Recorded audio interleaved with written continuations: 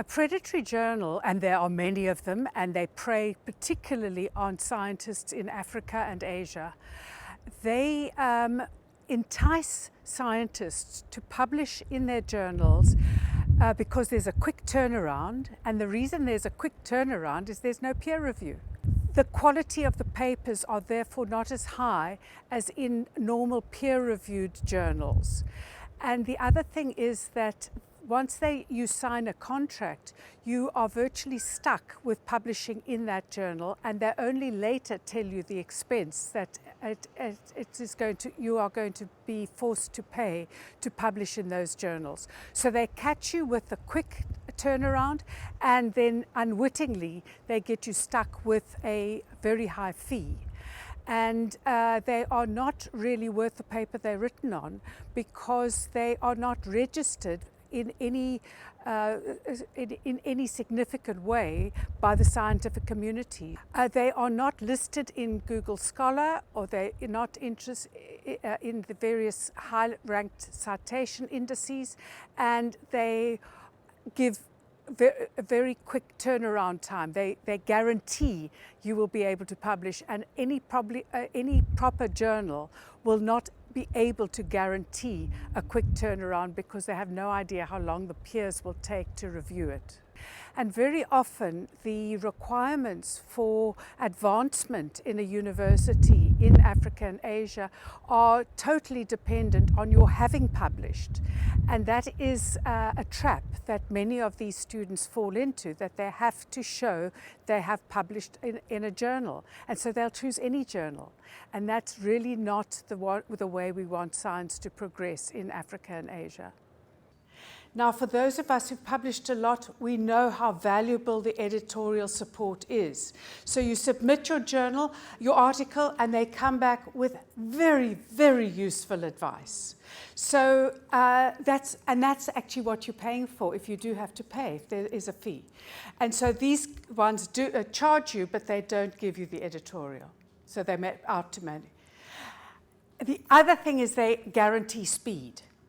And that is often hugely important. Tonya was just giving the example yesterday of somebody who wanted to have a medical, it was a vaccine or some. It was for infant mortality. And she wanted people to use it because it was easy to use. But she had to wait because of publishing in a more... So on the whole, they do go for lower quality papers because people get wise to them. We don't need to really worry about how they came and right. Okay, so what are the characteristics? They accept articles with no peer review. They tell you about the fees only later. And they actually are, what I haven't got here is that once you're committed to them, they don't let you take it away and publish somewhere else. So you're caught in a double bind. You know, you've got to stick with a journal that is second rate, and you can't publish it anywhere. They also I have been approached by so many of them to be on the editorial board. And so they have aggressive campaigns to submit articles and to serve. So whenever I get they cite something you've published and they say, oh, this is right up our street, you know, please submit your next article, I just delete. They also tend to list academics as members of the editorial board without their permission. So they just use names. And so that's also obviously bad practice. And then they often they just make up names. So, you know, you just have to be very wary of all those sorts of aspects. And I gave this talk a couple of years ago, so I only was up to 2014. But there are lots of these journals. And 75% of the authors come from Asia and Africa. And look at the average fee. That's a heck of a lot of money. And you only know about it later. One of my colleagues wanted to produce a list of predatory journals, and he was sued and had a lawsuit against him. So there was a list, but that's been taken down. So it's just, another thing to be a little wary of. So what do you do? There is a website that you can go to that gives you advice. So I would advise you to go to that website. The senior staff with publishing experience will also have had what I've had, unsolicited and saying, please publish in this journal, and wouldn't you like to be on the editorial board? And then you can always go to a journal's editorial policy and look to see whether they do peer review. And then read the journal's guide to authors, because if it's just quick in and quick out, it'll be there. And that's not what you want. And this, don't let, we were talking when we were on the first day about the importance of getting ahead and the importance of publication, but don't let that be your single guiding reason for publishing. Just a little later is often the best policy. So, where should you publish? A very good way is if you are a member of a professional society, like even in South Africa, I used to be a member of South African Microbiological Society, and they sometimes have their own journals. And even if it's Kenya, very often it's important to publish your paper where Kenyans read it. So don't be too hung up that something is a local journal, but again, get advice from people who've published there before. Then a very good way I do it is of papers that I really value, I look at their reference lists and look to see where those references that the papers that were referred to in the journal, where they've published. So that's a very good way of finding out journals that you might not have come across.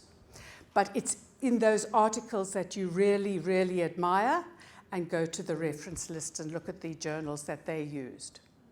Now, the impact factor.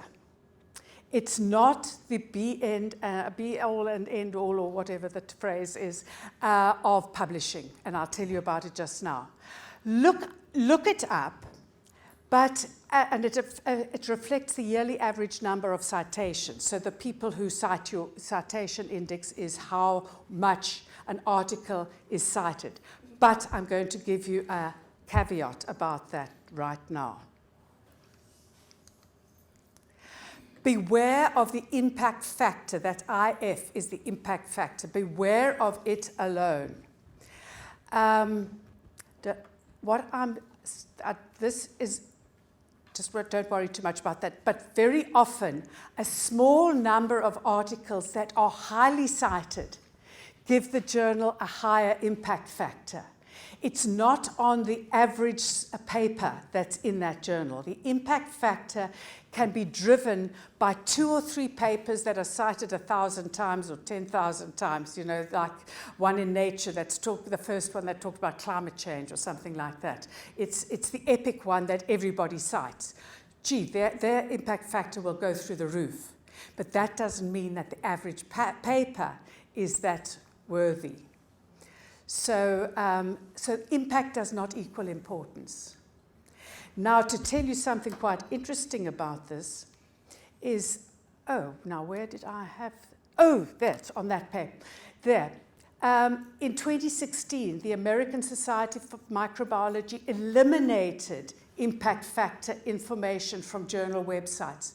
So they have they've got the Journal of Bacteriology, the Journal of Virology, the Journal of General Microbiology, the Journal of General, so it goes, the Journal of Biotechnology. They eliminated the impact factor on those so that people had to look at the quality of the journal for themselves.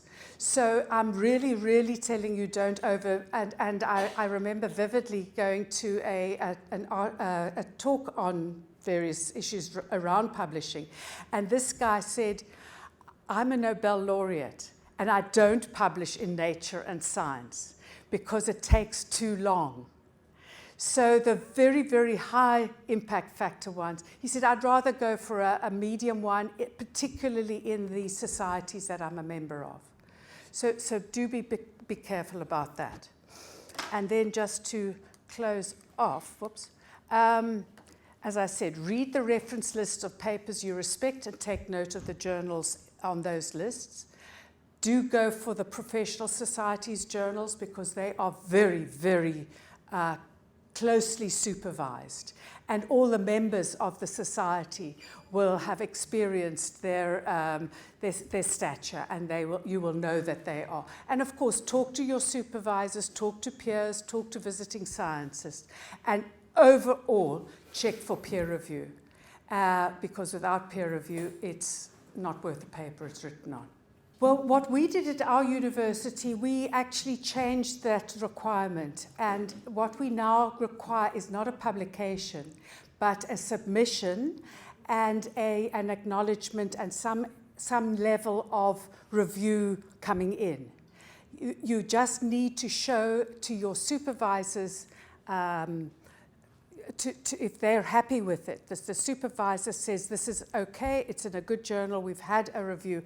So I think you actually need to change the criteria at your university, and if enough people get together and go to the powers that be and say, this is what's happening, you can see how detrimental it is to the whole career of these people, because they've been forced to publish in a predatory journal because of your rule.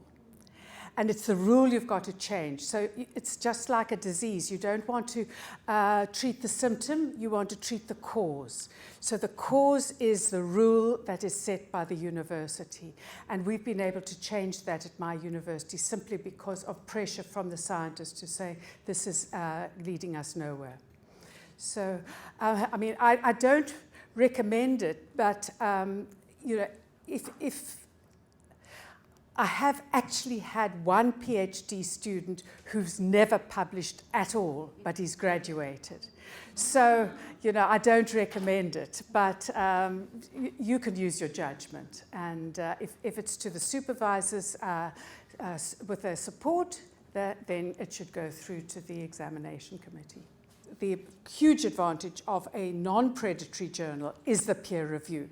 So simply by knowing this is not a predatory journal, the people who are looking at your career and your advancement and your promotion will realize that this paper has been peer reviewed. In a predatory journal, it has not been peer reviewed, so you have no idea. If you're not an expert in the field, you wouldn't have a clue whether this data is worthy. And I have to tell you, sometimes even in peer-reviewed, that they make mistakes, and that has to be retracted. Those journals will not come up in Google Scholar.